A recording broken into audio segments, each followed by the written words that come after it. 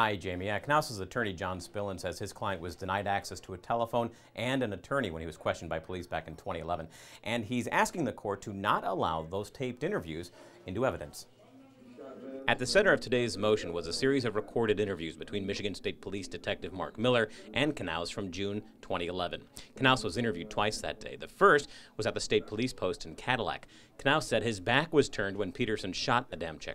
And afterward, Peterson did something with the body, but Knaus wasn't sure what. Then, Knaus took a polygraph test and failed. In a taped interview with Detective Miller just after that test, Knaus admitted to helping Peterson dispose of the body.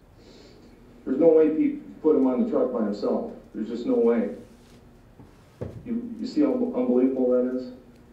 I don't know how, I did not. Scott, you need to be honest about that. You really do. Man, I don't want to hang myself.